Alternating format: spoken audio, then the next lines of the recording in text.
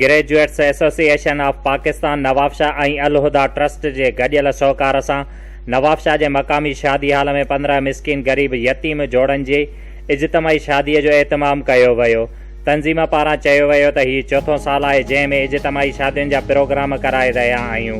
जंहिं में हर शादीशुदा जोड़े खे 70,000 रुपयनि जो ॾाज पिणु ॾिनो वेंदो आहे, जंहिं में अलमारी, बेड, सिलाई मशीन, कपिड़नि जा जोड़ा, क्राकरी, पंखो वग़ैरह ॾिना वेंदा आहिनि ऐं हर जोड़े खे उन खां अलावा 10,000 रुपया कैश पिणु ॾिना वेंदा आहिनि। तंज़ीम जे उहिदेदारनि मुश्ताक अहमद पीरज़ादा, बख़्तियार अहमद चन्ना, गुलाम मुस्तफ़ा बुगियो, मैडम रुखसाना पीरज़ादा, मैडम फरज़ाना चन्ना, हैदर पीरज़ादा, कादिर बख्श बिरोही ऐं इख़लाक़ अहमद शर ॿुधायो त असीं मुखीर हज़रात खां चंदो वठी अहिड़ा प्रोग्राम कराईंदा आहियूं, जंहिं में म्यूनसिपल पारां सिलाई मशीनूं पिणु ॾिनियूं वेंदियूं आहिनि, जंहिं सां उन्हनि ग़रीब वालदेन जी मदद थी वेंदी आहे जेके पंहिंजे नियाणियुनि खे ॾियाज ॾियण जी हैसियत नथा रखनि ऐं शादीअ जो ख़र्चु अफोर्ड नथा करे सघनि।